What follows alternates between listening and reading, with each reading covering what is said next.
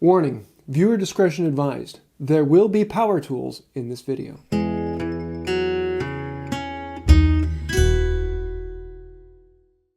Hey y'all, I'm James Wright. Welcome to my shop. We are working on the dining room table. Now, this is going to be a lot of fun, and I've been thinking about this for months now of how exactly do I go about working on these. There are several orders of operation I can do, and normally if I were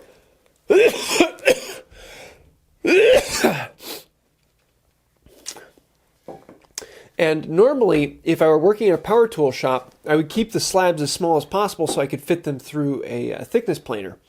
Or I would have them slightly smaller so I could do them on a router sled, because this would be a very, very large router sled, being up to 50 inches wide down there. And then after flattening them, I would join them together and then do some detail flattening with the hand plane, and then fill in the epoxy, because you want to wait on the epoxy until it's at thickness, so you're using the least amount of epoxy on it. For hand tools, usually what you want to do is join them together first and then flatten them, because it doesn't matter how big they are, a hand plane will cover any size of a surface you need, or even a handheld power planer. And that's what I was planning on doing, is joining them together first and then going at them. But then I suddenly realized, as soon as I join these two together, I have 400 pounds that I have to flip back and forth for the epoxy. And I'm going to have to work on the back and then flip them over, and then work on the front and then flip them over and check if everything's leaking and then flip them over. It's going to have to go back and forth and back and forth.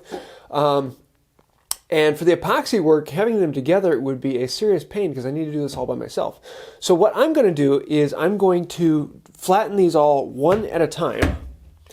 And then I'm going to add the epoxy and then join them together.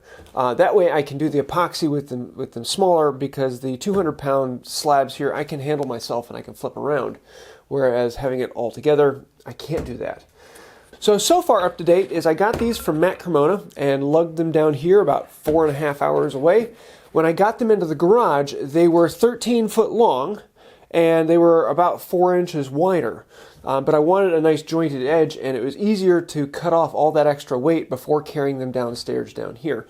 So in the garage, I cut them to the width and kind of got them close. I still have about a 1/4 inch gap at either end when I joined them together, so they're going to need a good bit of jointing to fit together. And then I cut off the ends to where I want them, and this will be the actual shape of the table, only a little bit smaller as I clean up the ends and clean up the joint. So today is the day to start flattening these. One of the big reasons why I want to do these individually is that they are both twisted a little bit that way. And if I were to join them together, that twist would compound, so it would be a 3/4 inch difference from corner to corner. So I'd have to take off 3/4 inch of thickness in these slabs, and that would bring them down to less than 2 inches thick, and I really don't want that. Whereas if I flatten them individually, I'm only going to be taking off about 3/8 of an inch on each slab. So I'll still have a decent amount of thickness on these. But yeah, we still got a long way to go to get these down, so I have to take off 3/8 of an inch at the heaviest points, and then bring the rest down nice and flat and even.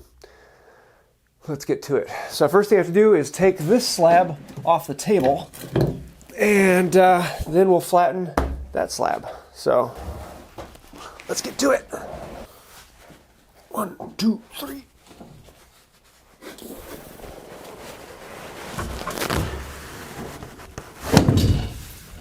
So on to the fun work of flattening these beasts. Now, if I were a purist, I would grab my scrub plane and hit most of this and get it down close to it. And then I'd come in with my number 8 and clean it all up and make it nice and flat. But I would probably be at this for a good part of a week to get both of these slabs flat on both sides and ready for epoxy. And I'm not a purist, so that's why I'm bringing in this. This is my one power tool that I use in the Wood by Wright shop. The reason being is that this saves me a lot of time, and the functionality of it is very, very similar to a hand plane. I'm still going to be using winding sticks and straight edges to measure this thing and find out where it's high and low. So the skill is fairly similar. It's just a lot faster. Whereas with one of these, it's going to take a good bit of time. And speed tests on smaller planks, this is about This is about twice the speed of these, and on large planks like this, it's like 4 to 5 times the speed. So I'm going to be using a power plane. Now, if you really want to see detail on this particular one from Triton and why I chose this and why this is the one power tool in my shop, you can go look at a video I have when I first got this thing and detailing it out. But yeah, we are going to start working on flattening this. Let me show you how I go about reading it and finding out where I need to hit and what I don't need to hit. So first thing I'm going to do is grab my winding sticks, and I'm going to set them up there, one at that end and one at this end. And I'm going to set them on there, and here you can see how this one is tipped way this way. You can see more of this black edge sticking up. And that lets me know this is a high spot on the table, and that over there is a high spot on the table. So the whole table is twisted this way. But I don't know if it's an even twist from one to the other, or if it changes. So what I can do is I can grab these individual sticks and then slide them around to a couple different points. And you can see the twist is fairly similar between where it was at before, and now the twist is a little bit less. And so then if I move the black one closer and I move this one closer, you can see the twist here is very slight, and then the twist here is relatively slight, and I move this one up here and there's almost no twist at all between these. There's a little bit, but not that much. And so this lets me know that this end of the table with the void is relatively flat. Then it starts to twist here, and then the last quarter it's got a very heavy twist. So I've got to take off a lot of material from this corner here, a little bit of material off this side, kind of tapering out. So I'm going to basically draw a line from this corner to somewhere around here, and I'm going to make that my low line all the way across, so that I know I need to take off more material on this side of it and more material on that side of it, and I don't want to hit that low line where all the void is. Now we also want to look at the cup in the board itself. I know that there's a big cup on here because when I put this on here, there's a void in the middle. But the cup moves, and up here close to the void, I mean here in the void, the cup is, well, it's all over the place because I'm touching here and I'm touching here and I'm not touching here. So this is a high point, this is the low point. So this whole area is undulating. But once I get out of here past the void, there's an even cup all the way across, and I've got the lowest point of the cup right about here. And then as I move down, in this one the cup is about here, and as I move farther down, the cup gets farther and farther to this side. So I know that I don't want to hit anything in the middle. But I also know, because of the winding sticks, that this is the lowest point on the board. So I want this to be the last spot that I touch. I don't want to hit this until I'm ready to give a nice even smooth to the whole thing. So what I want to do is draw a line right down that cup, down to this low spot. And you're probably not going to see this because the wood is so dark right now. But basically, I want to stay away from this area here. I don't want to hit that until the last possible moment. So I'm going to hit everything on that side, and I'm going to hit this corner fairly heavy. And I'm going to try and get this area from like here to here level with that end of the board. And then I'm going to work down it, and I'm going to try and get all these areas. So first thing I'm going to do is I'm going to work in this corner here and try and get this corner down so that when I put a winding stick across here, it's at the same orientation to that end of the board. And then I'll move down a little farther, and I'm going to take off a little bit here and a little bit here and try and get that winding stick so it's nice and level to that end of the board. Then I'm going to come down here. I'm going to end up taking a lot off of over here, try and get it even with that end of the board. And by that point, the table will be relatively flat. I'm just going to have to hit a lot of these little high spots to clean up some of these things that are sticking up in weird angles. Okay, so now I've fairly close leveled this out by just taking off large chunks here and a little bit there. So this end here is fairly well level to the other end over there. But I'm also noticing now from here over to here, I have a very high point there that I need to take off. But now I'm running into more of the cup. So rather than just going along it right here, what I actually want to do is go across it. And this is something that is, if you ever used a hand plane for flattening, going at 45 degrees across, you'll hit this high spot and hit this high spot, but you'll miss what's in the middle. So I'll do the exact same thing, but with the power plane.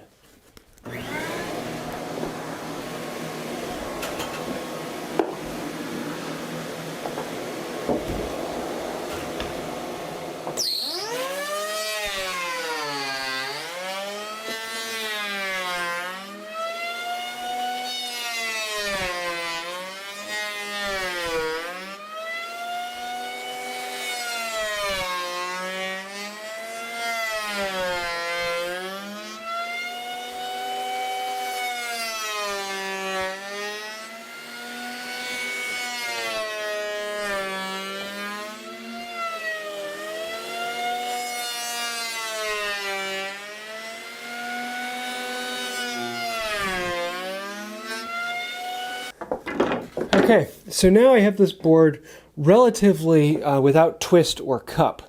So I have winding sticks set along it. They're really nice and clean from end to end. But you can still see there's spots here and here that I haven't hit. These are still low. So I still need to take it all down to this depth. But before I do that, I want to see if there's any variation in the table this way. And so I'm going to take this stick around, and I'm just going to go to different places. So one of the things I can do is set it here, and I'll notice that there's a very big high spot here. I want to hit this, and it also told me that this whole area here is relatively high, which means that I need to hit a lot from like here to here, right up through this band. And so when I take that down, this will be pretty close to this height, so I'll be close to hitting that. And then coming back in here, I'll notice that this spot here is fairly low, but if I slide this out to here, let's see, over here, I've got a nice clean edge from here to here. So that just tells me that this end way down here is actually a bit high. So I need to take off a little bit of thickness over there. And so I'm just going to go around like that and eyeball the spots. I need to hit this a little bit heavier. I need to hit that a little bit heavier. And then I'll come back in and check the winding sticks again and make sure it's good. And then come back in with this. And I'll go back and forth with that until I'm fairly close to it. Now, this is just going to be a rough flattening. I don't need to really detail it because I'm going to put the epoxy in, I'm going to join the tables together, and then when I join them together, I'm going to flatten them all again. But I'm going to come in and do that with a very, very fine hand plane and do that with the joiner. That way I get that nice, clean, smooth surface at the end. The power planer just takes it down and leaves all these grooves and cuts, which are perfectly fine for the rough work, but I'll want to get rid of those when we actually get into the finish detail. So let's go ahead and finish that up. So now I've gotten this relatively flat, relatively clean. Still have a couple low spots, but nothing major. That's stuff that I can hit once it's all together in one big piece. So now that this side is flat, I can flip it over and lay it flat on the bench, and this side will become the reference surface basically for the rest of it. So let's flip this thing over. And this is one of the big reasons why I'm doing this before joining them, is because I'm going to have to flip them back and forth for the epoxy. So now it's just easier to roll them on the bench rather than trying to hoist and lift the whole big beast. Second verse, same as the first. Let's hit this whole thing again. Okay, so I've finally broken down, and I spent over 4 hours flattening the other slab, doing both sides of it with the hand power planer. So I've decided to build a router sled so I can flatten this with my hand router. So I figured this would be a little bit easier and a little bit simpler, so I can actually set the hand router in here and then go about this level by level and slowly shim up the plank until it's at the right level. You can see here how I have the bit turned sideways so that it'll fit in between here, and then I can just work along here, shaving off a little bit by a little bit until we get all the way across, and then slide it over and repeat it again. Okay, who am I kidding? I built this whole thing for about 50 bucks. Went out and bought a $20 router, a $10 3/4 inch bit. Yes, 3/4 inch is going to be slow. I've got to do something painful on this. And then I built this sled out of scraps. It's just 1x4s that have been screwed together in an L pattern, which you can see right in there. And then they run on these rails. These rails are just 2x6s. They're the one things I had to build, so they're T's. So 2x6 teed on either side, and then 2x4s running across the bench underneath that the slab sits on. And then I can shim up the slab until it's nice and flat and router this whole thing flat. Yeah, I don't want to do a huge detailed video on this because it's only the second time I've ever done this, and it doesn't fit this channel quite so much. But I need to get through these slabs. I spent almost the other day working on the other slab, and I need to get them done. So let's put some PPE on and get this thing flat.